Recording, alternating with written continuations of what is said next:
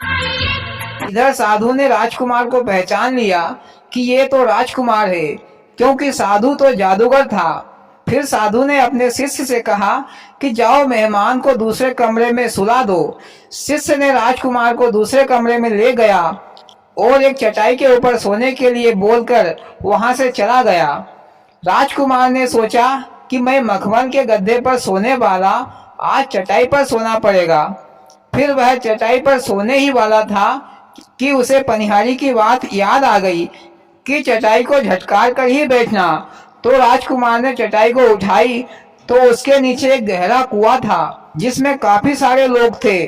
उन सभी को साधुओं ने बंदी बनाकर रखा था, लेकिन वे लोग राजकुमार को पहचान गए और राजकुमार से कहा, राजा साहब आप यहाँ से भाग जाओ, नहीं तो ये साधु तुमको भी इस कुएं में बंदी कर देगा।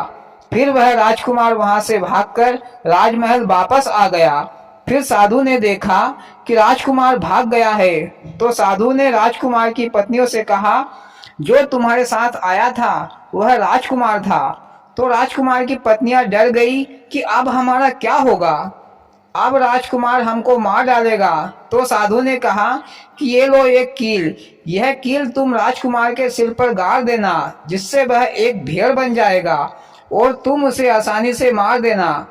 मोदी जी, साधु तो बड़ा ही शातिर दिमाग का है, उल्टे काम भी करता है और सजा भी दूसरों के हाथ ही दिलवाता है और वह स्वयं सांप बच जाता है। भैया यही तो होती है प्रिया चरित्र। लोगों ने कहावत गलत नहीं बनाई है कि औरत की बुद्धि एड़ी में आती है। हाँ भैया। फिर वे पत्नियां हिम्मत करके राजमहल में पहुंची तो राजकुमार ने उनसे कहा कि जाओ यहाँ से, इस महल में तुम्हारे लिए कोई जगह नहीं है। पर राजकुमार की पत्नियां रोने लगी, राजकुमार से माफी मांगने लगी और कहती है कि उस साधु ने हम पर जादू कर दिया था, इसलिए हम वशीभूत हो गए थे।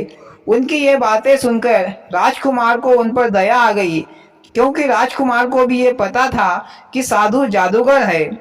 फिर राजकुमार ने उन्हें माफ कर दिया। फिर शाम को राजकुमार की पत्नियों ने राजकुमार के लिए भोजन बनाया, राजकुमार को खिलाया पिलाया और जब राजकुमार रात में सो गया तो छोटी वाली पत्नी ने राजकुमार के सिर पर वह जादुई कील गाड़ दी, तो राजकुमार भेड़िया बन गया। फिर वे दोनों पत्नियां राजकुमार को मारने के लिए दौड़ी, पर राजकुमार जो भेड़िया बन चुका था